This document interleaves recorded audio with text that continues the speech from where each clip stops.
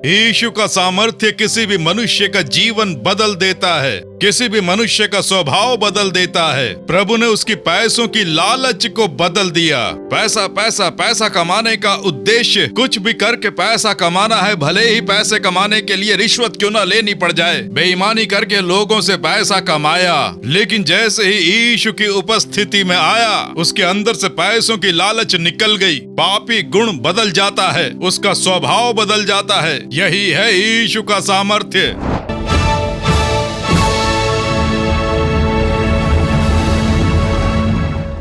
चेन्नई पेरम्बूर में यीशु छुड़ाता है द्वारा आयोजित छुटकारे के महोत्सव में भारी संख्या में लोगों ने भाग लेकर परमेश्वर से आशीष प्राप्त की। और अब चमत्कार पाने वाले अनुभवों की गवाही, आइए सुने उन्हीं की जुबानी। आप कहाँ से आई हैं? यही पास से ही। यहीं की हैं? हाँ। आपका नाम क्या है? शीला देवी। हाँ, तो आपको हुआ क्या था? मैं बहुत तनाव में रहती थी। पूरे 30 साल से मैं तनाव में रही। गांठ भी गायब हो गई। पूरे 30 सालों से थी? हाँ। यहाँ प्रार्थना करते समय लुप्त हो गई? जी हाँ। सब ताली बजा के यीशु को धन्य कहें। सांस नहीं ले पाती थी, कंटिन्यू बोल नहीं सकती थी। अगर मैं सीढ़ियाँ चढ़ती तो मेरी सांस फूल जाती थी। आपके प्रार्थना करते ही मैं गिर गई और फ्री हो गई। प्रार्थना करते समय नीचे गिर गई थी। 5 सालों से इनके लंग्स को क्षति पहुंचा रही थी एक दुष्ट आत्मा।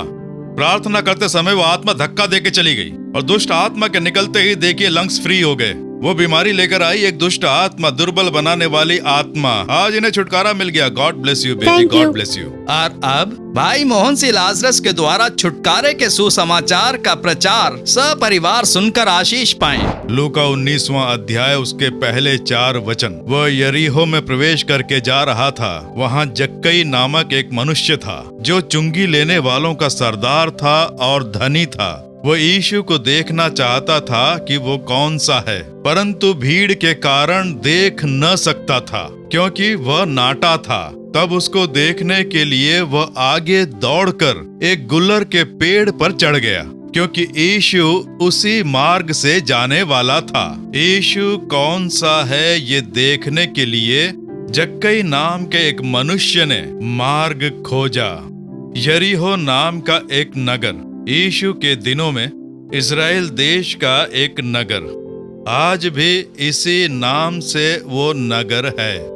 ये मनुष्य जक्कई जिस घर में रहता था, इस यरीहो नगर में वो घर आज भी है। ये मनुष्य जिस गुल्लर के पेड़ पर चढ़ गया था, वैसे पेड़ आज भी नगर में बहुत सारे हैं। एक बहुत बड़ा पेड़।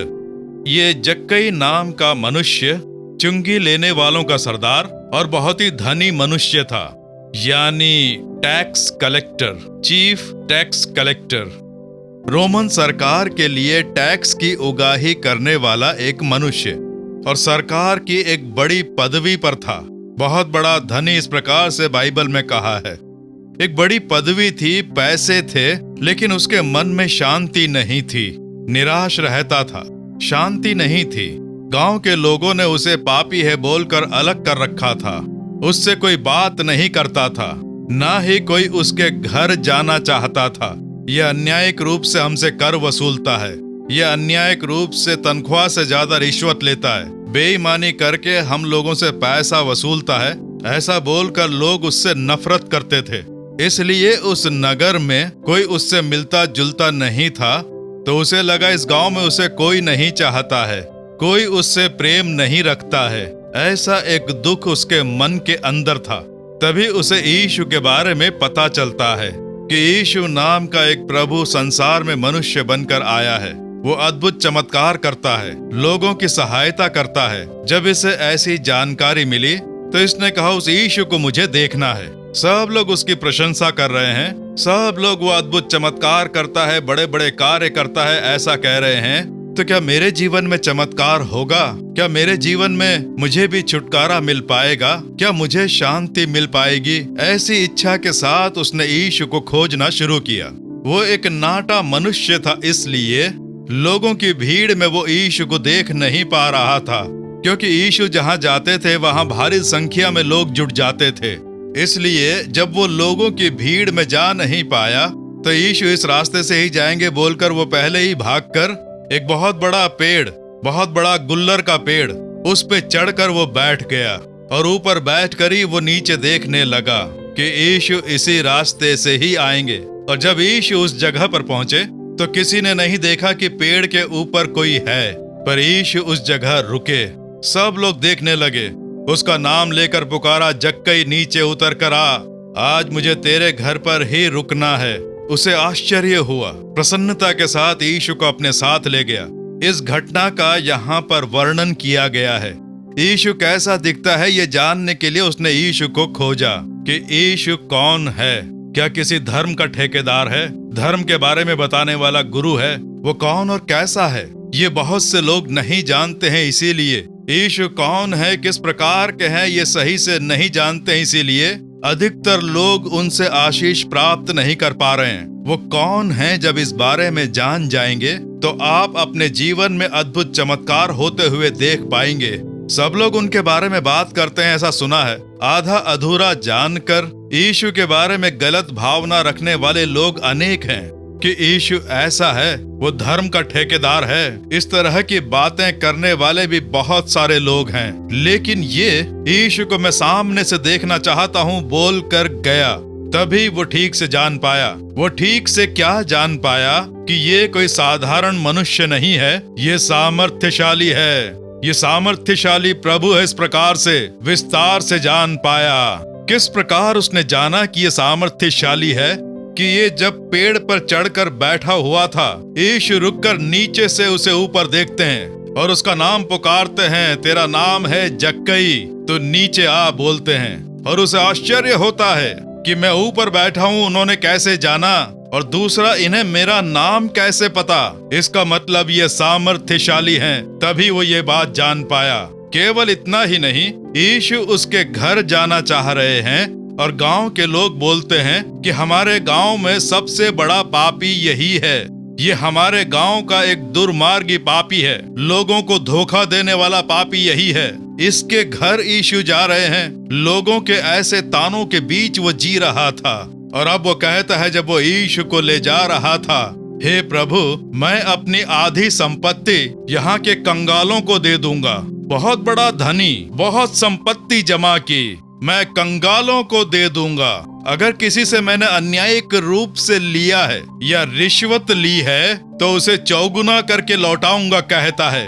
वो चलते हुए कह रहा है, सरकार का एक बड़ा अधिकारी लोगों के पास से धोखा देकर पैसा वसूल कर बहुत बड़ा धनी बन गया, इसीलिए लोग उससे नफरत करते हैं। वो कहता है, रिश्वत लेकर मैंने जिनसे अन्यायिक रूप से पैसा कमाया, वो चौगुना उन्हें वापस लौटा दूंगा। हालांकि यीशु ने उससे कुछ नहीं कहा कि तू अपनी आधी संपत्ति कंगालों को दे, जिनसे तूने रिश्वत ली उन्हें वापस कर। यीशु ने ऐसा कुछ नहीं कहा। यीशु साथ में जा रहे हैं, बस इतना ही। यीशु की उपस्थिति ने ही उसके जीवन को बदल दिया। यही है यीशु का सामर्थ्य। यीशु का सामर्थ्य किसी भी मनुष्य का जीवन बदल देता है, किसी भी मनुष्य का स्वभाव बदल देता है। प्रभु ने उसकी पैसों की लालच को बदल दिया। पैसा पैसा पैसा कमाने का उद्देश्य कुछ भी करके पैसा कमाना है, भले ही पैसे कमाने के लिए रिश्वत क्यों ना लेनी पड़ जाए। बेईमानी करके लोगों से पैसा कमाया, लेकिन जैसे ही यीशु की उपस्थिति में आया, उसके अंदर से पैसों की लालच निकल गई। पापी गुण बदल जाता है, उसका स्वभाव बदल जाता है। यही है यीशु का सामर्थ्य। कोई मनुष्य जब यीशु में आ जाता है तो उसका जीवन बदल जाता है। वो सामर्थ्यशाली परमेश्वर हैं। तो यीशु कैसे सामर्थ्यशाली हैं? उनके सामर्थ्यशाली होने से मेरा क्या लाभ? वो सामर्थ्य मेरे लिए क्या करता है? यीशु का सामर्थ्य पाप की शक्ति से हमें छुटकारा दिलाने वाला सामर्थ्य है। पापों से छुटकारा दिलाने वाला सामर्थ्य यीशु मसीह का सामर्थ्य है। वो जब इस संसार में थे, उन दिनों यूहन्ना 4 अध्याय में पाप के दासत्व में रहने वाली एक स्त्री यीशु से मिलती है। व्यभिचार के पाप में फंसी हुई एक स्त्री। उसके 5 पति थे। बदल बदल कर वो अपने पतियों को बदल देती थी। उसके बाद भी वो तृप्त नहीं हुई। वो ऐसे घिनौने पाप से घिरी हुई थी। यीशु ने छुटकारा दिलाया। यीशु के सामर्थ्य ने उसके जीवन को बदल दिया। पाप से छुटकारा दिलाने का सामर्थ्य यीशु का सामर्थ्य है। पाप की एक शक्ति होती है, क्योंकि शैतान उसके पीछे रहता है। इसीलिए 1 यूहन्ना 3:8 में पढ़ते हैं, जो कोई पाप करता है वो शैतान है। इस प्रकार पवित्र शास्त्र में हम पढ़ते हैं, हर पाप के पीछे रहती है एक दुष्ट आत्मा। हर एक पाप के पीछे दुष्ट आत्मा क्रिया करती है, लेकिन यीशु का सामर्थ्य उस पाप की शक्ति को नष्ट करके मनुष्य को उससे छुटकारा दिलाता है। एक बार एक शहर में मैं सेवा कार्य के लिए गया था। वहां पर एक मसीह एक संस्था में एक पति पत्नी वहां पर काम किया करते थे। उनसे मिलने का मुझे अवसर मिला। जब उनसे बात कर रहा था तो उन्होंने अपने जीवन में घटी एक घटना के बारे में मुझे बताया। वो जो पति है वो एक गांव का रहने वाला है। उसका यीशु से कोई संबंध नहीं था, मसीह से बिल्कुल अनजान, लेकिन शराब की लत पी पी कर शराब पी कर सारी कमाई उसमें उड़ाता। शराब पी कर शराब में ही अपना सारा पैसा उड़ाकर उसकी पत्नी मेहनत करके जो पैसे कमाती थी उन पैसों को भी छीन लेता था। इस कारण परिवार में कोई सुख नहीं था, शांति नहीं थी। परिवार टूटने की कगार पे आ गया था। उसने सोचा सारी की सारी कमाई शराब के ऊपर ही खर्च हो जाती है, क्यों ना मैं खुद शराब बनाऊं। ऐसा आइडिया आया। शैतान कैसे कैसे आइडिया देता है देखिए। तो खुद शराब बनाकर पिएगा तो तेरे पैसे बच जाएंगे ना। तो उसने शराब बनानी शुरू कर दी। उस गांव में उसने शराब की भट्टी लगाकर बहुत सारे मटकों में शराब बनाकर रख ली। वो कितना पी पाएगा? इसके पीने के बाद भी बची रहेगी। इसे बेच दे तो अच्छा रहेगा, हमें कुछ पैसे मिलेंगे। शैतान कैसा आइडिया देता है देखिए। पैसे कमाने के लिए मनुष्य को पाप का आइडिया देता है शैतान। मनुष्य को पाप के कार्य में फंसाता है शैतान। वो पहले शराब पीता था, फिर शराब की भट्टी लगाई, फिर उसे बेचने भी लगा और शराब का एक बड़ा व्यापारी बन गया। ये खुद तो बर्बाद था और दूसरों को भी बर्बाद करने लगा। लेकिन वो शापित कमाई है, उससे आशीष नहीं मिलती है। इस कारण देखिए हमेशा घर में कर्जा, संकट की परिस्थिति। पति शराबी है, कर्जदार घर पे पैसे लेने आते हैं। पत्नी का मन पूरी तरह टूट चुका कि इसके साथ अब नहीं जी पाऊंगी, इससे तो अच्छा आत्महत्या करके मर जाऊं बोल के जब भाग रही थी तो उससे एक बहन मिली और कहा तो आत्महत्या क्यों करना चाहती है? ये समस्या का समाधान नहीं है। तेरी समस्या को सुलझाने वाले एक सामर्थ्यशाली प्रभु हैं। तू उसे खोज, वो तेरी सहायता करेंगे। कौन है वो? यीशु।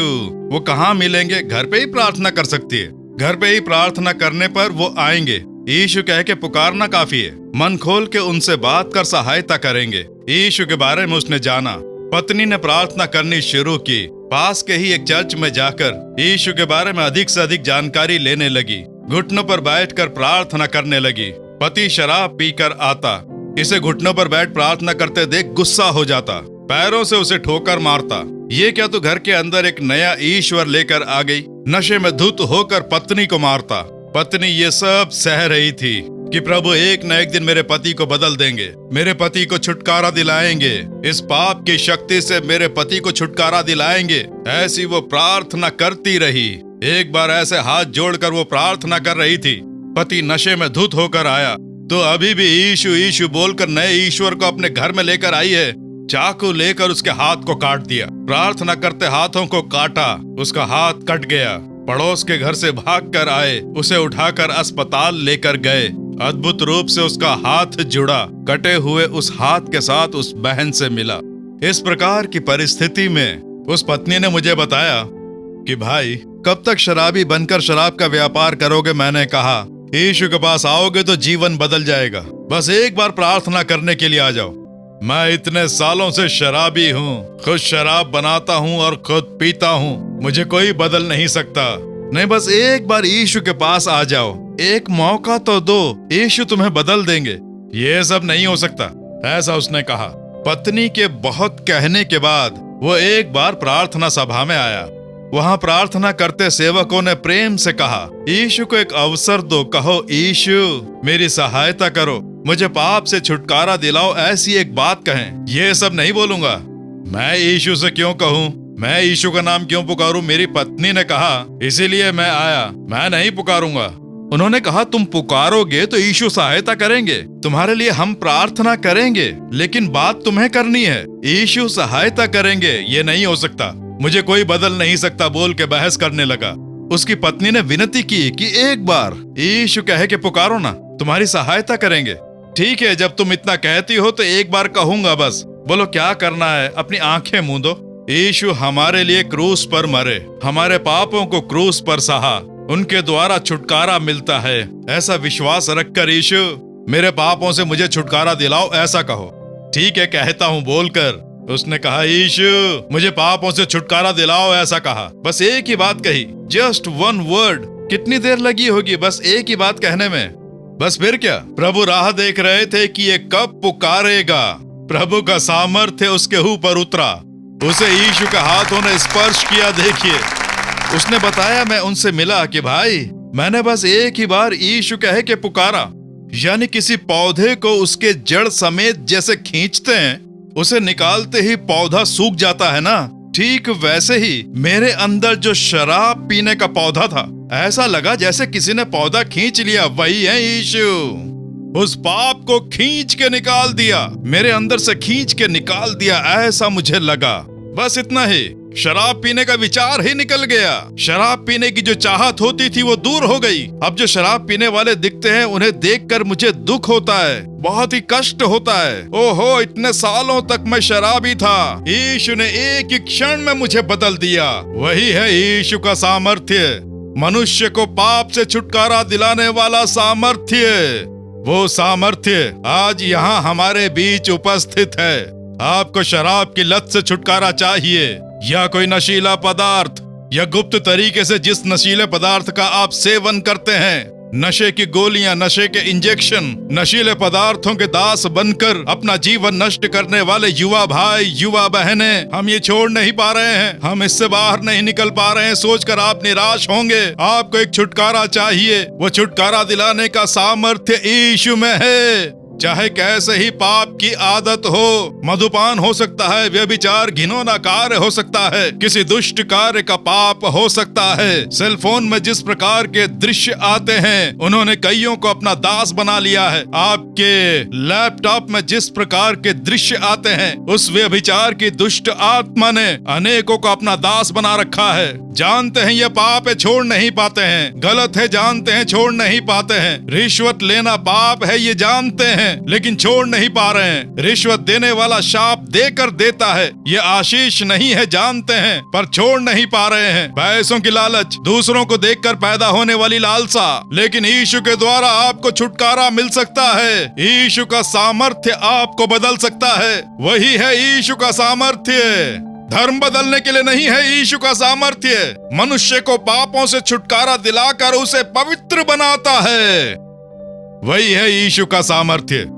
आज आपके जीवन में किसी एक पाप से आपको छुटकारा चाहिए, पापी स्वभाव, पाप के गुण, गुस्सा, आक्रोश, वैराग्य, नफरत, ऐसे किसी पाप से छुटकारा चाहिए, यीशु छुटकारा दिलाएंगे। उनका सामर्थ्य आपको छुटकारा दिलाएगा। मेरे प्रिय मित्रों, आज इस सुसमाचार के द्वारा प्रभु ने आपसे बात की है ना। आपके लिए परमेश्वर का संदेश, स्वयं परमेश्वर ने आपसे बात की है। वो पापों से छुटकारा दिलाते हैं। आज आपकी समस्या पाप है ना। अब हम प्रार्थना करने वाले हैं, यीशु छुटकारा दिलाएंगे। कैसा पाप?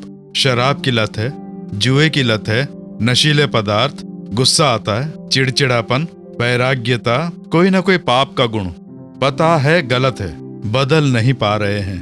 आप इन्हें बदल नहीं सकते हैं, लेकिन यीशु इन्हें बदल सकते हैं। उसी के लिए तो वो क्रूस पर मरे। विश्वास से प्रार्थना करना काफी है। जिस कार्य में आपको बदलाव चाहिए, छुटकारा चाहिए, सबसे पहले आप इसका फैसला करें। मेरा ये पाप है, ये रहस्यमय पाप, किसी से बता भी नहीं सकता, क्षति पहुंचा रहा है मुझे छुटकारा चाहिए बोल के अभी प्रार्थना करें। यीशु छुटकारा दिलाएंगे। 35 साल से जिसे शराब की लत थी, उसे एक ही दिन में यीशु ने छुटकारा दिलाया। जब मैं सेवा के लिए अमेरिका गया था, तो कई सालों से काम वासना के दृश्य देखने वाले एक भाई को एक ही दिन में छुटकारा दिलाकर उसे उससे नफरत होने लगी वैसे बदल दिया। छुटकारे के लिए अपने घुटनों पर खड़े हो जाएं या अपने हृदय पर हाथ रखकर, यीशु ये पाप की लत, पाप का स्वभाव, पाप के गुण, इनसे मुझे छुटकारा दिलाओ, ऐसा कहें। परम पिता, इस भाई को देखो, इस बहन को देखो, मुझे इस पाप से छुटकारा चाहिए।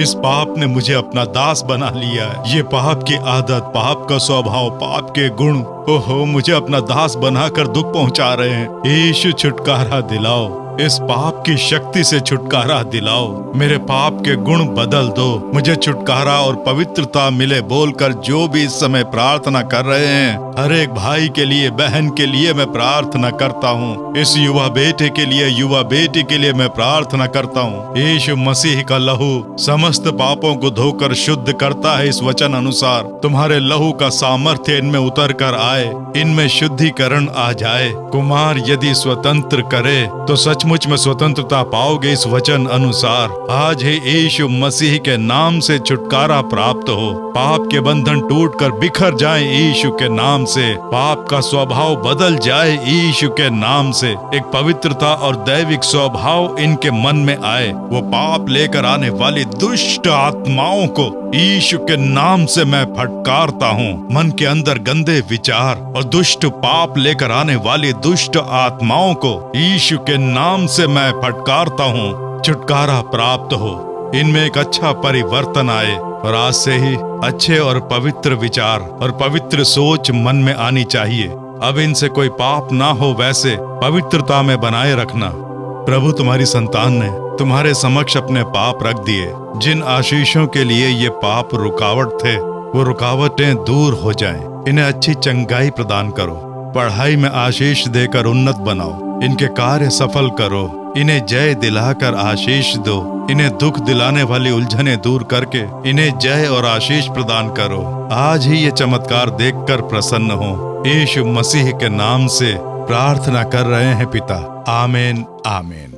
मेरे प्रिय मित्रों, प्रभु ने छुटकारा दिला दिया है, स्तुति करें। हे प्रभु, मुझे छुटकारा दिलाने के लिए तुम्हारी स्तुति हो।